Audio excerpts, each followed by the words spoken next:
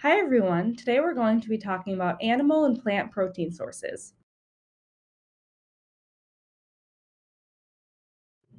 So, what are some of the functions of protein? Protein is an essential nutrient that's involved in the building and repairing of lean tissue. So, this means that it does help us to build and repair muscle, but it's also involved in the health of our skin and our nails and our hair. So, it's really involved in lots of different tissues in our body, not just our muscles. And protein also provides energy. So, every gram of protein gives us 4 calories of energy towards our day. A lot of people don't know that protein is also involved in the production of different hormones. So, insulin, which helps us to use glucose in our cells, that's produced by hormones that are made of protein. And digestive enzymes that help us to break down and absorb our food, that involves protein as well. Proteins involved in the transportation of nutrients, the transportation of oxygen in our red blood cells, and protein plays a role in our immune system. It helps us to fight illnesses and disease by being part of our antibodies, helps with blood clotting and strengthening bones. So, as you can see, protein is very, very important. But in general, people in America get plenty of protein. It's very rare that someone in America would have a protein deficiency. And if they did, it's very likely linked to a medical condition or an illness that they're undergoing or that they're experiencing. But typically, we get plenty of protein.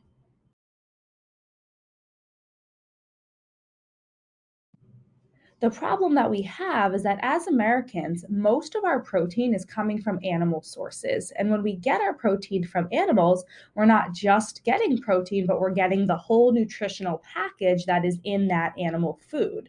And in animal foods, there's also saturated fat. So because we are getting large amounts of animal meats, we're not only getting enough protein, but we're getting more than the recommended intake of saturated fat. And that is leading to increased LDL cholesterol levels. So, what are the recommendations of how much animal protein we should be eating per day? Well, according to the American Heart Association, the Dietary Guidelines, and the DASH eating plan, we should be limiting to 6 ounces of cooked animal protein per day. So, not per meal, per day. So, what does that look like? That looks like about 2 decks of cards or 2 palms of your hand. So, the palm of our hand, a deck of cards, or a computer mouse are about 3 ounces, and we want to limit to 6 ounces cooked every day. This will help us to control our saturated fat intake and we'll still get enough protein.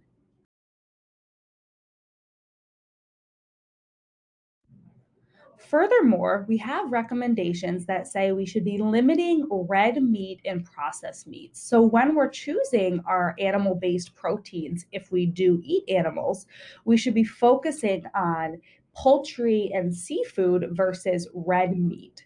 So, red meat is defined as all forms of beef, pork, lamb, veal, goat, venison, and bison.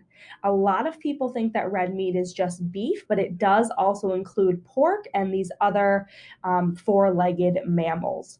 What is a processed meat? So, a processed meat is a product that's preserved by smoking, curing, salting, or the addition of chemical preservatives. For example, sausage, cold cuts, deli meats, ham, salami, bacon, beef jerky, pepperoni, those are all processed meats. So, when we're choosing our 6 ounces of animal meat per day, we want to be choosing red meat and processed meats less often, if at all.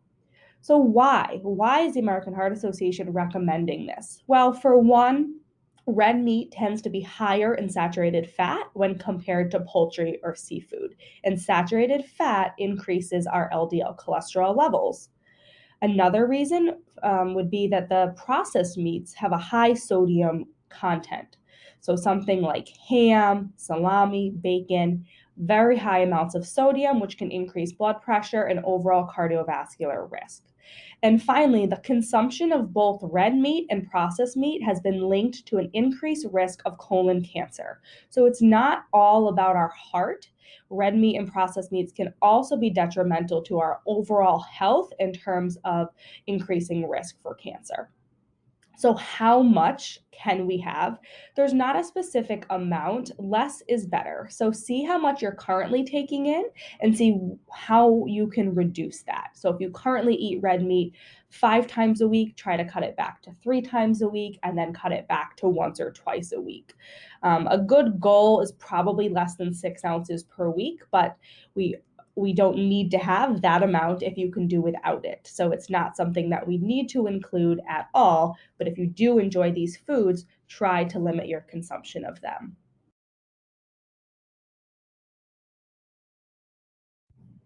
The recommendation to avoid processed meats and to limit red meat is not just coming from the American Heart Association. This is a consistent recommendation across various health organizations, such as the World Health Organization, which is an international body that makes recommendations for our health, as well as the American Institute for Cancer Research. So if you go on their website, you'll find a lot of great information about why they have this recommendation.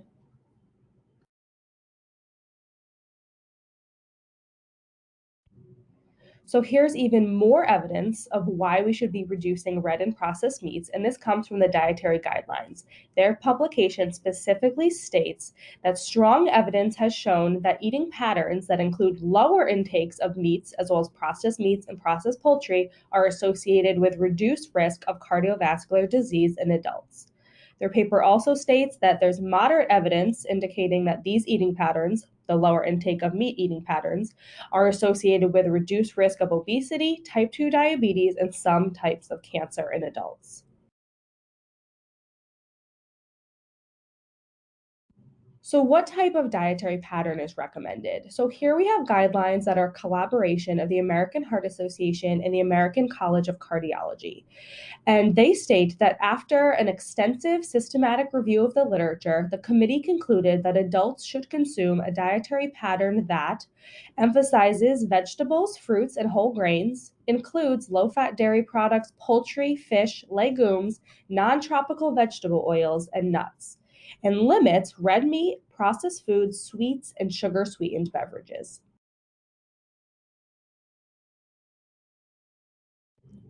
So, what about dietary cholesterol? There's a lot of confusion around this topic, and that's because the recommendations have changed over the past several decades.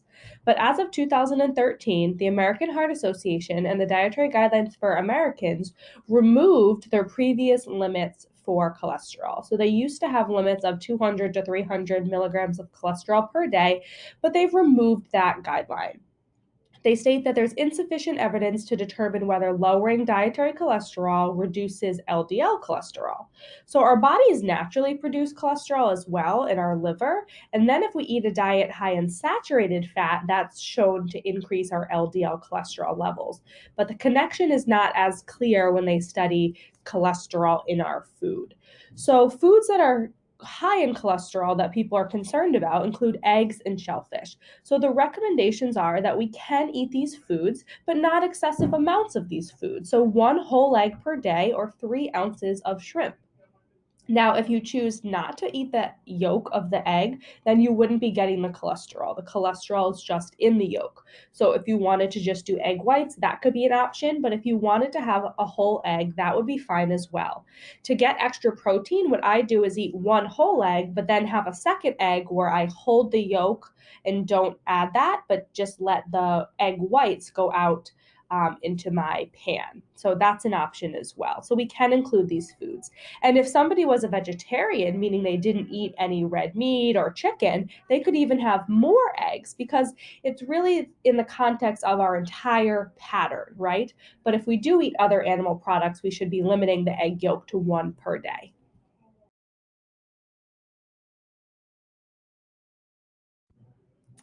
A little joke for you here as we transition to talking about seafood. I'm on a seafood diet. I see food and I eat it. Are any of you on this diet?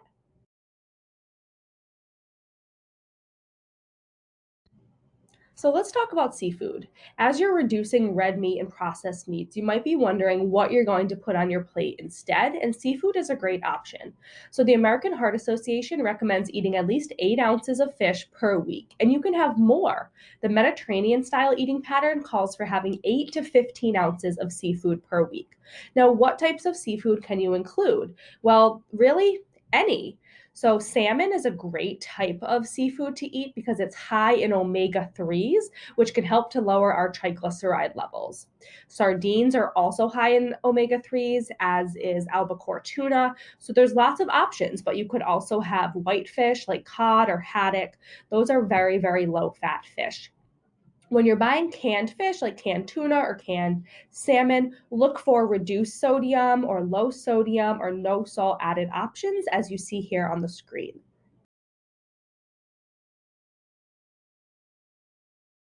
Now, for animal proteins in general, let's talk about the best choices in each category. So, seafood, always a great choice, and that even includes shellfish like shrimp and lobster. But hopefully, the lobster is not being dipped in a lot of butter, and we're not talking about fried tempura shrimp, we're talking about just plain shrimp.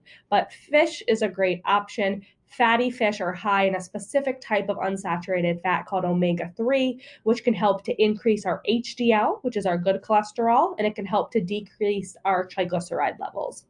When you're buying tuna, you want to buy it canned in water, not oil. That will help it to retain its natural oils, which are the omega 3s. Now, for poultry, you want to be choosing more white meat versus the dark meat because that's going to be lower in saturated fat. You also want to take the skin off. The skin on poultry is high in saturated fat. When you're buying ground poultry products, you want to make sure that it's greater than 90% lean. So there's an example here showing you a 99% fat-free ground turkey breast. I eat this regularly. I use this to make meatloaf, meatballs. I use it for taco night. I use it to make a meat sauce. So it's a great substitute for ground beef. If you choose to eat red meat, and hopefully you're reducing the frequency in which you eat it, make sure you're looking for leaner cuts such as the loin, the round, flank steak. Cut off any visible white solid fat that you see on your animal cuts. If you're buying ground beef, again, looking for greater than 90% lean. So trying not to buy the 80/20, but getting the leaner percents. If that's not possible, then draining off the fat after cooking it.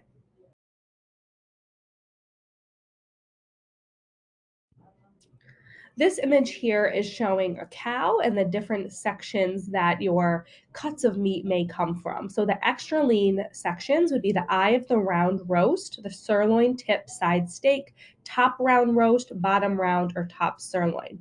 If you see any visible fat, trim it off. If you're doing ground beef and it is not lean and there is fat left over in the pan, then please strain that or use a colander. You can also chill the ground beef and then the fat will solidify and you would be able to skim that off. So if you choose to eat beef, do the best possible version of beef by getting a lean cut and avoiding things like bacon and ribs, which are really fatty cuts of beef that are going to be higher in the saturated fat.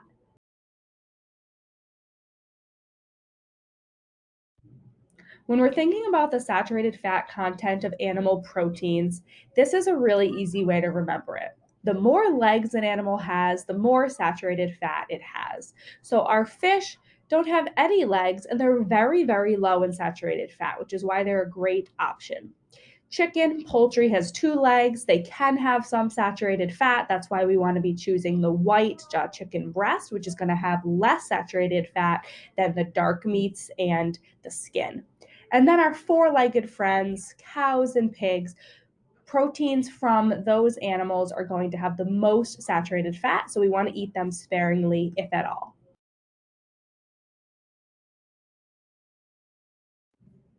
Now let's look at the amounts of saturated fat in specific types of animal proteins. The amounts listed here are all for 6 ounces of cooked protein. Now keep in mind, the total saturated fat we should have in a day is about 5 to 6% of our total calories, which for most adults is less than 15 grams of saturated fat per day. So 6 ounces of Atlantic cod has less than 1 gram of saturated fat. So it's very lean and heart healthy. 6 ounces of salmon, 1.6. 6 ounces of tuna, 1.3. So you can see that seafood in general is very low in saturated fat. Then let's move on to chicken. Chicken breast without the skin, 2 grams of saturated fat. Chicken breast with the skin, it goes up to 4. So by taking that skin off, we save 2 grams. Chicken thigh without the skin is 6. Chicken thigh with the skin is 8. So we know that the chicken thighs have more saturated fat than the chicken breasts. Now let's talk about pork. Pork is really dependent on the cut. So pork tenderloin only has 2 grams of saturated fat, whereas pork tenderloin has 14 grams of saturated fat, and 6 ounces of bacon has 30 grams of saturated fat. Now, beef, sirloin steak, a lean cut that's trimmed, 6 grams of saturated fat versus ground beef, 80-20, so not lean, 14 grams of saturated fat. That's a whole day's worth. Prime rib, 24 grams of saturated fat. That's over a day's worth of saturated fat in 6 ounces. So this just goes to show you the more legs an animal has, the more saturated fat it has.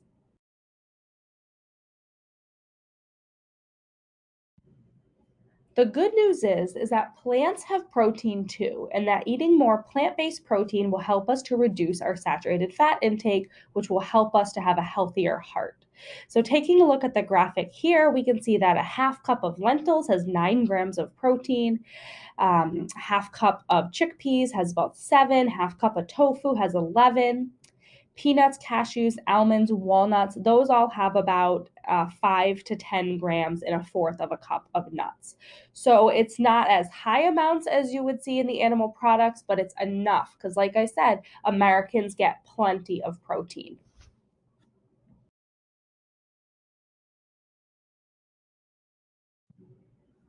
I like these graphics because they show that you can still be strong when having plant-based proteins. You can still get all of the amino acids that you need to build muscle mass from plant-based proteins.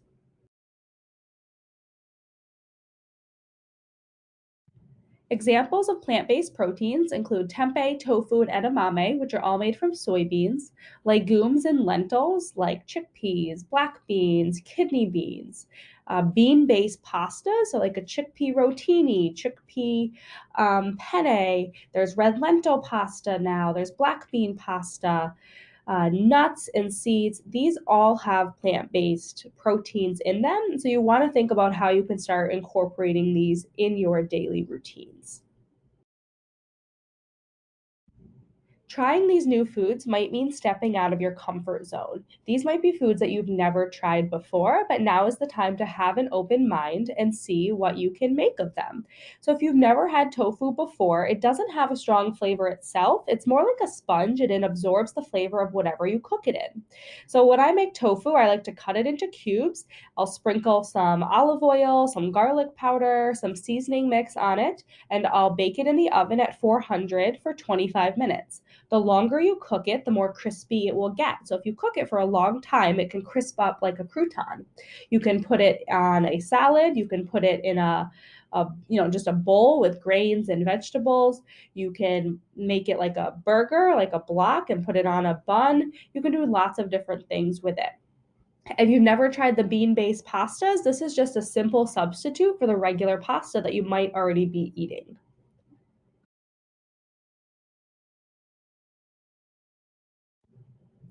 So, if you don't currently eat any meals without animal proteins, you might want to start small. And one way to do that is to incorporate Meatless Monday. So, just one day a week going without meat.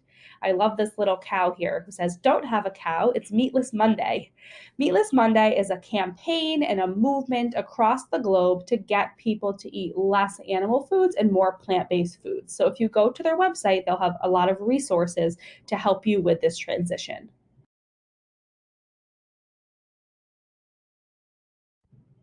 Here's what your plate could look like without any animal protein. So, about a quarter plate of fruits, a quarter plate of legumes, which are a great source of plant based protein, quarter plate of whole grains, and a quarter plate of vegetables. And this plate can be satisfying. It's not about depriving yourself of nutrients, it's just about filling up on other types of nutrients.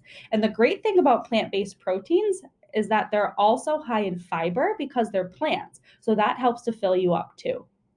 So, when you're reflecting on this presentation today, just remember that it's not all or nothing, okay? If you just incorporate some plant based proteins, it's better than none. You do not have to eat a completely vegan diet to reap some of these benefits. Of course, the more plant proteins you eat, the better, but it's not black and white. You can incorporate them some days and increase over time. So, do the best you can, have an open mind, and let me know if you have any questions.